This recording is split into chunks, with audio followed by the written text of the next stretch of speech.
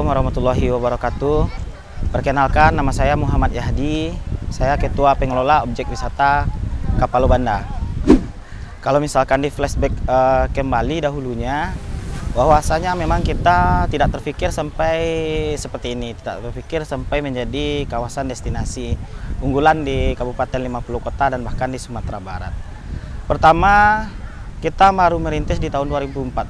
Kita memang fokus terhadap pemberdayaan pemudanya, mengubah karakter pemuda dari yang kurang baik menjadi yang lebih baik.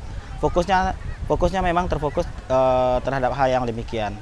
Jadi berselang waktu sekitaran 4 tahun, alhamdulillah kita berhasil. Dari tahun 2014 ke 2018 kita berhasil mengubah karakter pemuda dari yang kurang baik ke yang lebih baik.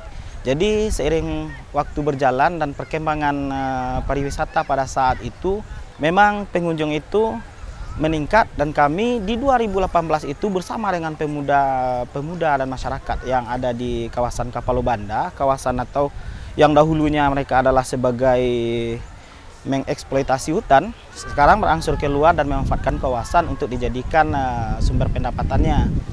Nah, maka oleh itu kita bangun sumber daya alamnya. Yang pertama, kita bangun destinasi yang baru. Pertama kali yang kita bangun di tahun 2014 itu ayunan Tapian Putih dan pemandian Tapian Putih. Setelah itu hutan pinus Wakanda. Pada tahun 2018 itu, setelah pembangunan destinasi yang baru, maka meledaklah pengunjung pada saat itu. Meledaklah pengunjung di tahun 2018. Alhamdulillah kita pengunjung di tahun 2018 itu lebih kurang 1 juta pengunjung dalam 1 tahunnya. Seiring waktu berjalan, 2019 kita kembangkan lagi. Memang betul-betul wisata itu wisata alam. Kita kembangkan bagaimana alam itu dijadikan sebagai kegiatan-kegiatan wisata seperti trekking, camping, dan berkembang. Pada saat itu di tahun 2020 kita masih belum puas lagi. Kita maunya Nagari Taram itu dijadikan kawasan desa wisata. Jadi umumnya rata-rata sebelum tahun 2020 wisatawan kita umumnya dari kawasan Riau, Medan, dan Jambi. Di tahun 2020, maka di tahun 2020 itu seluruh kawasan dari Februari sampai di bulan November itu sudah di-booking oleh wisatawan.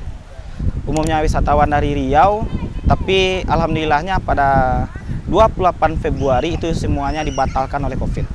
Di bulan Maret seluruh DP-nya itu dikembalikan.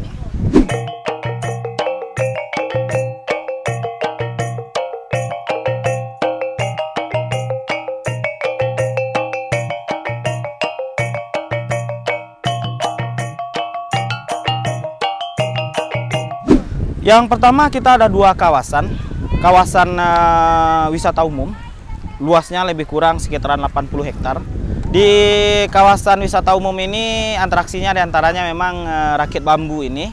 Tapi yang mempunyai adalah 36 kepala keluarga, yang umumnya mayoritas masyarakat di sekitaran kawasan. Yang dulunya mereka, rakit bambu ini dulunya untuk mengambil kayu dari dalam hutan dan membawanya keluar, tapi sekarang sudah membawa Vino Gespastian.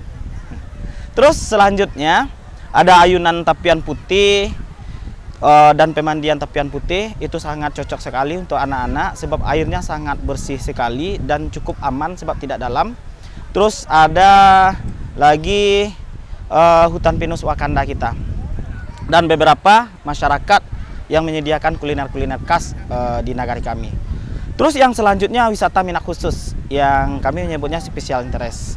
Kita mengelola seluruh kawasan hutan yang dikasih legalitas atau diberi izin oleh Kementerian Kehutanan, dan izinnya sekitar lebih kurang 35 tahun untuk mengelola kawasan hutan, dijadikan kawasan hutan itu sebagai objek wisata atau kegiatan-kegiatan wisata.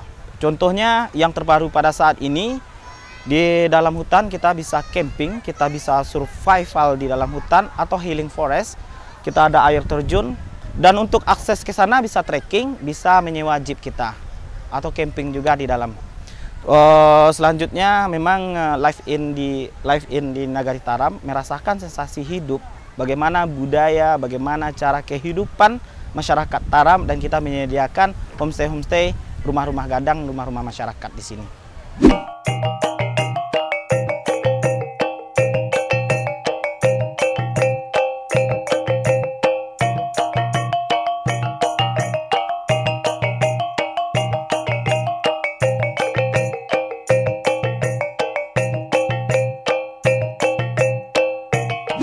Pengelolaannya kita mengelola secara community based tourism.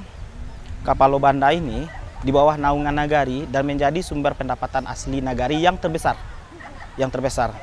Jadi pendapatan dari Kapalo Banda ini digunakan oleh Nagari sebagai kegiatan-kegiatan sosial.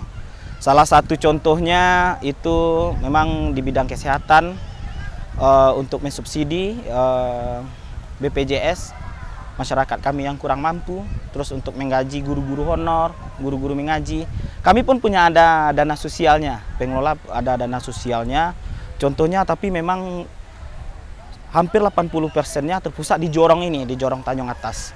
Contohnya baru tadi kita memperbaiki jalan, kita memberikan terhadap masyarakat kita apa-apa kebutuhannya. Kalau maaf, kalau bahasa kasarnya mulai dari hidup sampai matinya. Kalau misalkan mati, kita yang nanggung semuanya, mulai dari papan, kain kafan, sampai tenaga kita yang kita sediakan di sana. Terus kalau misalkan sakit, kita subsidi untuk bisa membantunya. Kalau ada rumah penduduk yang kena musibah, kita bantu. Kalau ada jalan, akses jalan ke surau atau kayak fasilitas umum lainnya, memang kita bantu juga secara swadaya. Pemerintah itu menyupport secara legalitas mereka sebagai payung hukum kami, tapi setidaknya kami pemuda bisa memberikan sumbangsi terhadap masyarakat kami dengan kegiatan-kegiatan pariwisata.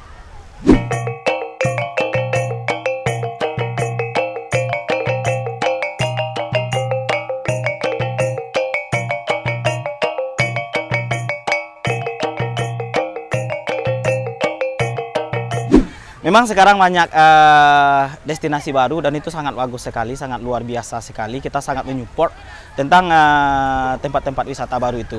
Sebab kalau misalkan seluruh di Sumatera Barat ini ada destinasi baru atau ada desa wisata baru, tentu akan lebih menarik lagi wisatawan untuk berkunjung ke Sumatera Barat. Tapi kalau misalkan kami tetap terhadap konsep kami, wisata kami adalah wisata alam, memanfaatkan potensi-potensi alam, apa yang ada di alam, itu yang kami jadikan untuk pembangunan amenitas yang ada di kawasan ini. Jadi memang dari alam dan kembali ke alam dan memanfaatkan hal demikian. Contohnya saja untuk pembangunan, kami tiap minggu pembangunan, ada sesuatu yang baru di Kapalo Banda ini. Setiap hari Jumat itu kami goro pembangunan. Apa yang dibangun atau fasilitas apa yang dibangun atau tempat apa yang dibangun sebagai daya tarik untuk wisatawan.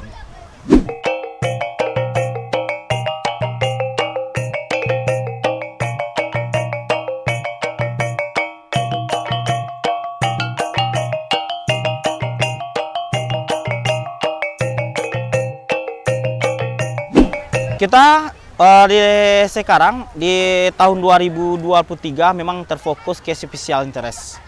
Maksudnya kita mengeksplorasi kawasan hutan semaksimalnya dan menjual potensi-potensi yang ada di dalam kawasan hutan.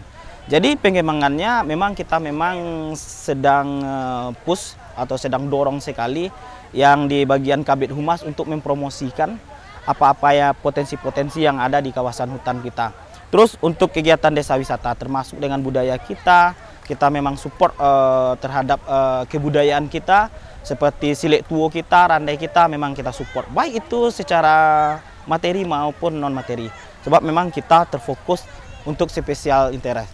Kalau misalkan wisatawan ke wisata umum yang seperti ini, dia datang pagi, sore pulang. Untuk menambah rank of stay-nya pariwisata dan menambah spend of money-nya wisata, tentu kita menggali potensi-potensi lagi sehingga wisatawan itu kalau misalkan dia datang pagi pulang sore, sekarang kalau bisa dia ada 3 hari di Nagari Taram.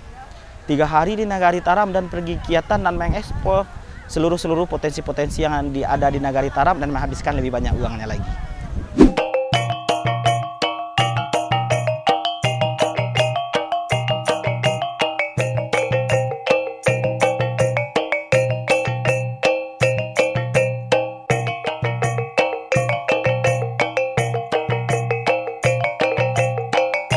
Kami di objek wisata Kapalo Banda secara geografis di Jorong Tanjung Ate, Nagari Taram, Kecamatan Harau, Kabupaten 50 Kota.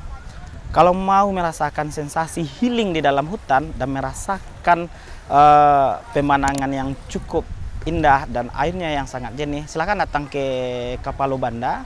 Silahkan menghabiskan waktunya di Kapalo Banda dan hubungi admin kita. Kita sediakan program kegiatan pariwisata yang menarik untuk teman-teman semuanya.